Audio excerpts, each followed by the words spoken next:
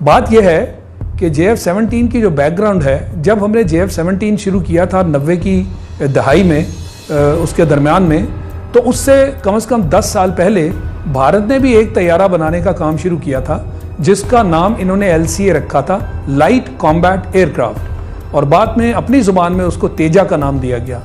जब वो तैयारा हमसे इतना आगे चल रहा था तो मैंने जब इस प्रोजेक्ट को शुरू किया, उस तैयारे की जो प्रोग्रेस है मैं उसको देखता रहा, मॉनिटर करता रहा, और हमारे साथ जो चीनी हमारे दोस्त शामिल थे उनको मैं बताता रहा कि हमें कोशिश ये करनी है कि हम मार्केट में उस तैयारे से पहले आएँ ताकि हमारे तैयारे को मकबूलियत हासिल हो और भारत जो तैयारा इतने अरसे से बना रहा है वो हमसे आगे ना चला जाए। और हमने माशाल्लाह वो तैयारा बड़ी तेज़ी के साथ उसको आगे बढ़ाया और भारत उसमें नाकाम हो गया। आगे तो क्या जाना था, वो बिल्कुल नाकाम हो गया। और हद ये हो गई कि उसकी अपनी एयरफोर्स ने वो तैयारा ख़रीदने से इनकार कर दिया, लिहाजा वो भारत की जो इंडियन एयरफोर्स है उसको वो तैयारा कभी भी ज्वाइन ना कर सका। ये है ज़मीनी हक़ाइक़। इस वजह से जो भारत के जहाज़ हैं उसके फ्लीट में, उसकी इन्वेंट्री पर, वो पुराने होते गए और वो लाइफ एक्सटेंशन भी वो लेते रहे। मगर अब वो वक्त आ गया जहां उसके जो पुराने जहाज़ थे उसको फ्लाइंग कॉफिन्स का नाम दिया गया, यानी वो परवाज़ करने वाले कफन बन गए उनके पायलट्स के लिए। और वहाँ पे फिर इसके बारे में बड़ी हुकूमत के ख़िलाफ़ वो होते रहे, कार्रवाइयाँ भी होती रही कि जी वो जो शख्स जो पायलट हैं उनमें हलाक हो जाते हैं, उनको आपने इतने पुराने तैयारे दिए हुए हैं कि वो तो हलाक हो जाते हैं। एहतजाज होता रहा इस बात पर, मगर इतने साल बीत गए, भारत इसी कशमकश में रहा कि कौन सा नया तैयारा ख़रीदें जिससे उसके पुराने जो फ्लाइंग कॉफिन्स हैं उनको रिप्लेस किया जाए। और वो उसी कशमकश में और उसी तगोदौ में आज का दिन आ गया। अच्छा, 2016 में उन्होंने फाइनली सिलेक्ट किया। जी, रफाल के बारे में थोड़ा सा बताएं कि इस तैयारे से क्या उनको फायदा होगा।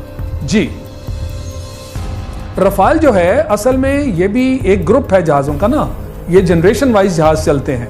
पहले 3rd जनरेशन जहाज थे, फिर 4th जनरेशन जहाज आ गए। ये 4th जनरेशन है क्या? व्यूअर्स के लिए थोड़ा सा एक्सप्लेन कर दें। 4th जनरेशन, 5th जनरेशन ये है क्या, जरा एक्सप्लेन कर दें व्यूअर्स के लिए। ये जनरेशन का हिसाब जहाज के अंदर जो टेक्नोलॉजी होती है ये उससे हुआ करता है। जो टेक्नोलॉजी, आप इसकी सिंपल मिसाल ले लेना, ये आपके यहाँ कंप्यूटर्स नहीं बदलते, कोई आईफोन बन गया, कोई इस तरह का और बन गया, तो ये जो आगे आगे आप चलते हैं टेक्नोलॉजी लीड करती जाती है और इस तरह फिर जनरेशंस आगे चलती हैं। यानी 4th जनरेशन तो बहुत पुरानी हो गई। 4th में रफाल शामिल है, हमारा F-16 जनरेशन में, और JF-17 रफाल शामिल है, F-16 शामिल है, JF-17 शामिल है, ग्रिपन शामिल है, स्वीडन ने बनाया हुआ है, और रशिया के जो सुखोई फाइटर शामिल है, Su-35, रशियन का जो सुखोईज हैं, और नई Su-30 जो उस दिन हमने गिराया वो भी 4th जनरेशन जहाज है। तो अब बात पूछने वाली ये है कि ये जो मोदी साहब जो तशरीफ लाए टेलीविजन पर कहने लगे अपनी शर्म को छुपाने के लिए दुनिया के सामने कि अगर रफाल होते तो नतीजा कुछ और होता। अरे भाई, नतीजा कुछ और ना होता। हमने आपका 4th जनरेशन जहाज जो टॉप ऑफ द लाइन आपकी इन्वेंट्री पे है उसे गिराया, अल्हम्दुलिल्लाह। तो नतीजा सिर्फ जहाज़ों से नहीं आया करता, नतीजे के पीछे जो चीज़ें होती हैं वो इससे बढ़कर हैं। उसके अंदर आपके पास आपकी क्वालिटी क्या है, ये it is the man behind the gun that matters. तो वो हमारी तरबियत क्या है, हमारे जज्बे क्या हैं। आज तक हमने क्वालिटी को देखा है, हमने क्वांटिटी को नहीं देखा। भारत तो हमेशा हमसे क्वांटिटी में ऊपर रहा। 65 की जंग में उसका यही हिसाब था, हमसे कितना गुना वो बड़ा था, आज भी वही हाल है। तो इसलिए हम क्वांटिटी का मुकाबला क्वालिटी से किया करते हैं। ये बात समझने वाली है। अच्छा, एयर मार्शल कभी समझ नहीं आएगी। ठीक है, आपने बात की। अब पाकिस्तान को क्या इस पे करना चाहिए? पाकिस्तान, अब J-10 की भी बात हो रही थी, हम भी मजीद किसी जहाज के लिए जाना चाहिए या अपने इसी इन्वेंट्री पे इन्हिसार करना चाहिए? जी, मैं उसके बारे में भी आपको अपडेट करूं। जब हमने JF-17 बनाया था तो हमने उस वक़्त इतना हमें एतमाद हासिल हुआ क्योंकि पाकिस्तान में जहाज़ की डिज़ाइनिंग डेवलपमेंट कभी भी नहीं थी। ये कामरा, ये तो हमारी एक ओवरऑल फैक्ट्री थी। जब JF-17 के दौर से हम गुजरे तो हमने इसको कन्वर्ट कर दिया डिज़ाइन एंड डेवलपमेंट, यानी एक मैन्युफैक्चरिंग का वहाँ पे हमने उसकी बुनियाद रख दी। और उससे इतना एतमाद हमने हासिल किया, ये मैं बात कर रहा हूँ 2004-2005 की, तो आज तकरीबन 15 साल में हमने इतना एतमाद हासिल कर लिया। और उस वक्त भी हमारी विजन यही थी, उस वक्त की विजन में हमने लिखा हुआ है कि ये 4th जनरेशन जहाज है, अब दुनिया चलेगी 5th जनरेशन की तरफ। तो जब दुनिया 5th जनरेशन की तरफ चलेगी, पाकिस्तान खुद से 5th जनरेशन जहाज इंशाल्लाह बनाएगा। उसमें हम किसी की मदद हासिल नहीं करेंगे। पहले तो हमारे साथी थे चीन वाले, तो अब हमने उसकी मदद हासिल नहीं करनी। और 5th जनरेशन जहाज के लिए हमने अपना सारा काम जो है वो शुरू कर रखा है। और इंशाल्लाह आप सुनेंगे कि 5th जनरेशन जो इस वक्त 3 मुल्कों ने बनाया है, और उनमें से सिर्फ एक मुल्क है जहां वो जहाज ऑपरेशनल हुआ है, और वो है अमेरिका, JSF-35 के नाम से। और रूस ने जो बनाया है, इसी तरह चीन ने जहाज जो बनाया है, वो अभी तक ऑपरेशनल नहीं हुए। यानी इस दौर का अभी आगाज है और पाकिस्तान इस दौर में दाखिल हो चुका है। हमने इंशाल्लाह ये खुद बनाना है। वो जो आपका सवाल है कि आइंदा हमें क्या करना चाहिए, हमारा जवाब है 5th जनरेशन जहाज, जो कि इस जनरेशन से अब आगे होगा। तो अभी तक top of the line 4th generation जहाज हैं, और उसमें अल्हम्दुलिल्लाह हमारा फ्लाइंग कॉफिन्स का मसला नहीं है।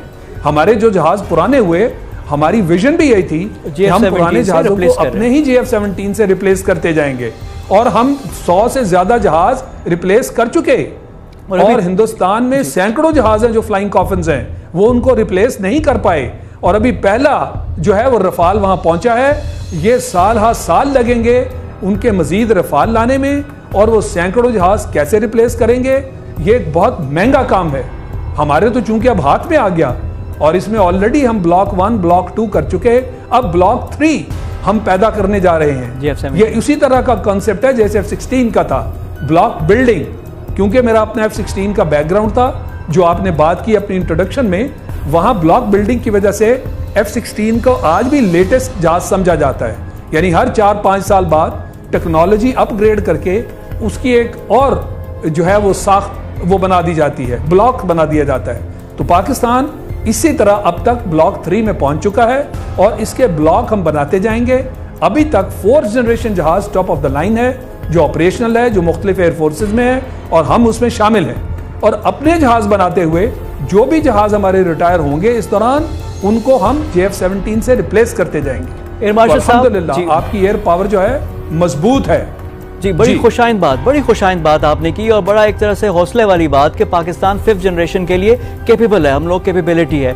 और जो एक्सीलेंस की जो रवायत है पाकिस्तान एयरफोर्स की, जो लेगेसी आप लोगों की है, जो MM आलम, सरफराज रफ़ीकी, राशिद मनाज, और जो अब सिद्दीकी साहब, जो आगे नौमान, विंग कमांडर नौमान, ये लेगेसी विल कंटिन्यू। अब इसमें ट्रेनिंग का भी बड़ा रोल है, जो आप लोगों ने स्टैंडर्ड सेट किए हुए हैं। तो यानी नथिंग टू वरी अबाउट, कि यानी नेशन जो पाकिस्तानी कौम है वो भरपूर PF पे एतमाद रखे और विल नॉट बी डिसअपॉइंटेड। आपको याद होगा कि जब हमारा पिछला फंक्शन हुआ तो उसमें विंग कमांडर नमान, उनको भी प्रेजेंट किया गया, उनके साथ स्क्वाड लीडर हसन को भी प्रेजेंट किया गया। तो उस फंक्शन में उनसे सवाल किया गया था कि हमें अब क्या करना है, तो उनका जवाब यही था कौम के लिए, please sleep tight, we are awake. Air force जागती है, तो इसलिए लोगों को रिलैक्स करना चाहिए, अपनी एयरफोर्स पर एतमाद करते हुए।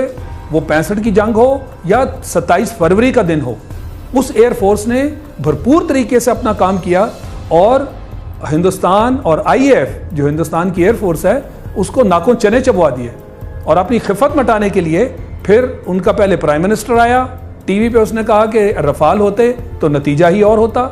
और फिर जो उनका एयर चीफ, अब वो रिटायर हो गया, उसने जाने से पहले कुछ दिन एक पैगाम दिया था कि जी इतनी पुरानी तो लोग गाड़ियां भी नहीं चलाते जितने पुराने जहाज हिंदुस्तान ने हमें दे रखे हैं। उनकी कैपेबिलिटी अपने ही हेलीकॉप्टर को गिराना, हमें क्यों रो एयर डिफेंस भी उनका अपने हेलीकॉप्टर को भी खुद गिराया, हेलीकॉप्टर को बुखलाहट में गिरा दिया। यानी कि इतना नहीं है। अच्छा, अब आपकी जाहिर करता है ना कि बुखलाहट का क्या आलम है। बहुत शुक्रिया आपका शाहिद लतीफ साहब।